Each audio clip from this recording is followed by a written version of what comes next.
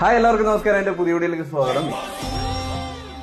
എന്തിനാണ് അക്ബർ എന്റെ പുറകെ നടക്കണത്? ഞാൻ പറഞ്ഞിട്ടുണ്ട് എന്നെ തുടരുത്, എന്നെ ഒന്നും വിളിക്കരുത് എന്നുള്ളത്. എന്താ നീ ചേട്ടാ അങ്ങനെയൊക്കെ പറയണത്? ഞാൻ ഒന്ന് പോടാവുന്ന ഒരു കാര്യമില്ലാതെ വർത്താനം ഒന്നും പറയില്ലേ ഞാൻ ചേട്ടാ. നിങ്ങൾ പറഞ്ഞോളൂ, ഒരു പ്രശ്നമില്ല. സുപ്രഭാതം ബിഗ് ബോസ്. ഹലോ നെവിൻ എന്താണ് പറയാനുള്ളത്? ഇത്രയും ദിവസം ഇവിടെ നിന്ന ശേഷം എന്താണ് ഇതിനെ കുറിച്ചുള്ള ഒരു അഭിപ്രായം പറഞ്ഞാൽ എന്താണ്?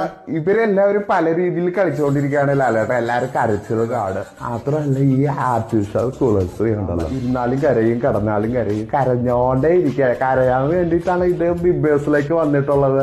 ഇത് കളിക്കാനുള്ള സ്ഥലമല്ലേ, മാത്രമല്ല പെരുന്നാളിന് അറക്കാൻ വെച്ചിരിക്കുന്ന ഒരു ബലിമൃഗമാവാൻ എനിക്ക് മനസ്സില്ല ലാലേട്ട. എല്ലാ പ്രേക്ഷകരും പറയുന്ന ഒരു കാര്യമുണ്ട്, സാബുമാനെ കാണാനില്ല.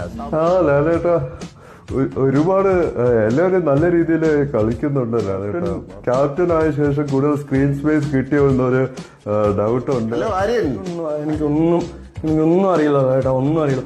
പക്ഷെ ഒരു കാര്യം അറിയാലോ ചേട്ടാ, അണ്ടിയാണോ മാങ്ങയാണോ ആദ്യം ഉണ്ടായിരുന്നു, എനിക്കിപ്പോ ഒരു ക്ലാരിറ്റി എന്റെ ആയിട്ടില്ല ചേട്ടാ. അപ്പൊ ആണെങ്കിൽ എപ്പോഴും പറയില്ല ചേട്ടാ, എല്ലാവരും ഇങ്ങനെ ഓരോ കാര്യങ്ങൾ പറഞ്ഞുകൊണ്ടിരിക്കാല്ല ചേട്ടാ. ഷാനവാസ്, ഇപ്പൊ കളിയൊക്കെ മനസ്സിലായോ നിങ്ങൾക്ക്? കളി സീക്രട്ട് ടാസ്ക് ഒക്കെ എങ്ങനെ ഉണ്ടായിരുന്നു? അല്ല മോനെ, ഞാൻ ചോദിച്ച ചോദ്യത്തിന് ഉത്തരം പറയും.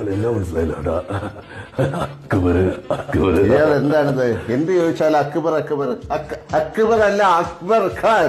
ഷാനവാസ്, എന്താണിത്? ഇത്രയും നാള് കൂടെ നടന്നിട്ട് ഇവരുടെ പേര് പോലും അറിയാത്ത എന്താ ഇത്? അനീഷ് എന്തായി കളിക്കുന്നത്? Shanavas, line cut.